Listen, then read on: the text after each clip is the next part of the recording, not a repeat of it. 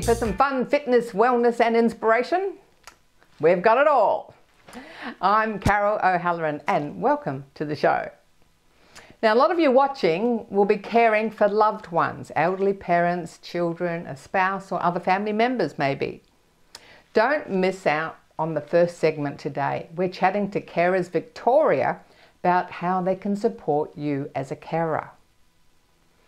If you can, get on your feet and join us in the 5-minute fitness, or just do it sitting in your chair.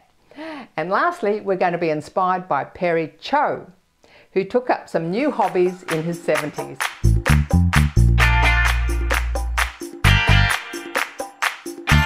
Most of us watching today will know someone who is looking after an elderly parent or maybe a spouse. Well, would you believe in 2018, the Australian Bureau of Statistics identified 2.65 million Australians doing an informal unpaid caring role. That's 1 in 10 Australians. And today we're having a chat to the CEO of Carers Victoria, Judith Abbott, and she's going to tell us what they're doing to support carers in our community. Hi Judith, welcome to Over 50 So What? Oh, thanks Carol, it's great to be here. I mean, the statistics are phenomenal of how many carers we have in the community. Can you just tell us who qualifies as a carer? You know, what is a carer? Absolutely. So we're talking about unpaid carers.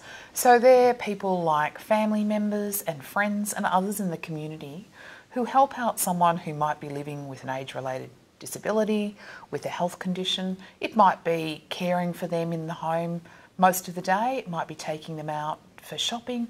It's a whole range of things, but they're things that without that kind of care, those people couldn't stay at home alone. And some of them don't necessarily have to be living full-time with the person to be considered a carer, is that right? That's absolutely correct. Many people aren't living with the person they care for, but they'll drop in, they'll do things with them, and they'll just help make sure that they're okay. So can you tell us who Carers Victoria is and what sort of things that you do? Sure. So we, not surprisingly, have a Victorian focus. And to put it in context, by 2026, we think there'll be 1 million unpaid carers in Victoria alone. Wow. So something like 1 in 8. So we're all going to know a carer, need a carer, or be a carer. And one of the challenges of caring is that people can get really isolated if you're spending a lot of your time supporting somebody else.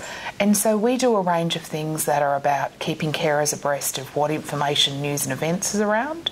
We do events for carers, we do training session for carers, and we provide some government-funded support for carers who, for example, might need some respite. Yes, I mean, I know personally myself people that, you know, are caring 24/7. They actually don't even hardly get out of the house at all. Absolutely. And the data tells us that carers often experience social isolation and loneliness something like 2 times the rates of other Australians. So it's a really important gig, but can be a really tough one. So some of the challenges for carers, are you saying, is social connection, they can't get out of the house. I mean, it's just physically and mentally and emotionally draining, you know, taking care of a lot of people all day, having to do, especially if they need intensive care, like having showers and things like that as well. So how can you mentioned you give them, you can organise the respite side. So there are a range of government-funded services providing respite and other things across the state.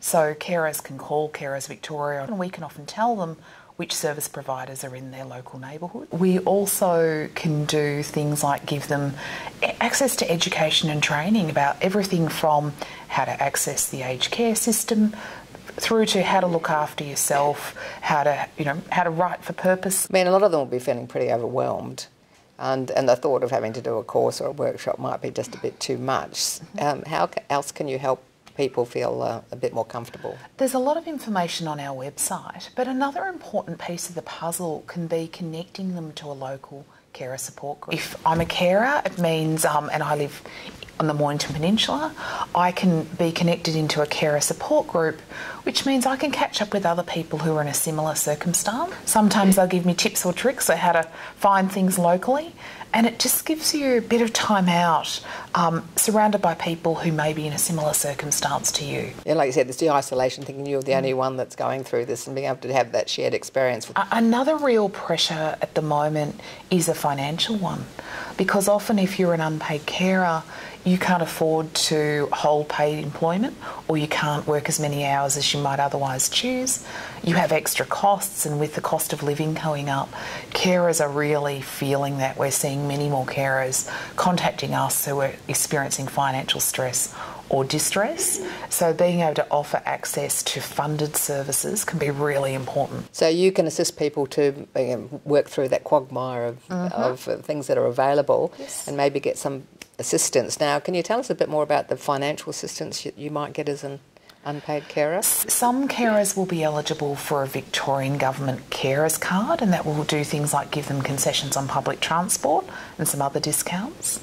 Or carers might be able to access government funded services, either state funded respite, or through the federal government. There's something called the Carer Gateway, and that can give unpaid carers access to counselling. So things like household help, like helping with personal care or helping with chores around the house. Are you able to assist in that area as well? Some of the providers who are funded by the Victorian Government do that. We can make that available to carers in Melbourne's West, but there are other providers across the state. So we've mentioned a few things. We've mentioned like personal care, household care, we mentioned financial support, and then support with the connecting with other carers in a similar position. Yes. Is there anything else that you actually provide? You've got the workshops and the training.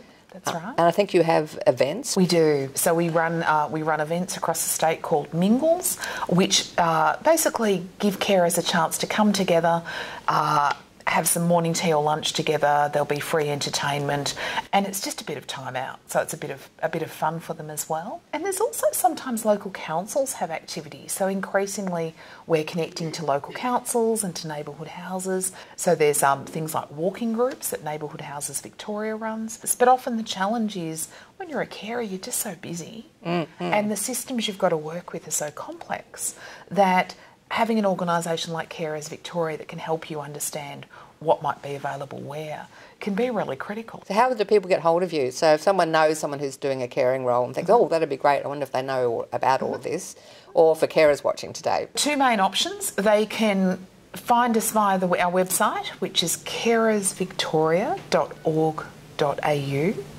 or they can contact our free call number, which is 1800 514 845, and there'll be someone friendly on the end of the phone that can help find them and connect them to some things that might support them in their role.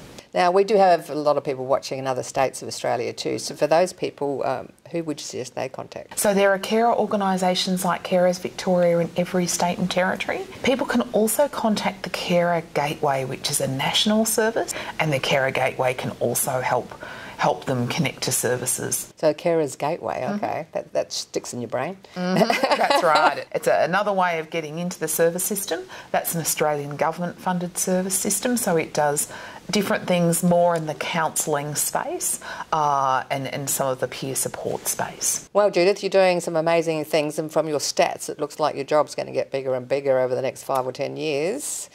So thanks for sharing all that information with us. Thanks, Carol. Carers Victoria, I've found, have been great for myself and my family. They support the carer, and I think that's one of the biggest things that we forget in our world is looking after ourselves. So I've raised 4 children, 2 with the disability, and sometimes it felt like I was raising 6 children. But Carers Vic have given you, as a carer, the support and the understanding that you're not forgotten. Thanks for watching our TV show. Be sure to hit subscribe and then you'll never miss an episode. Jump on Facebook, join our group, get in on the fun, fitness, wellness and inspiration. I'm Carol, over 50, so what?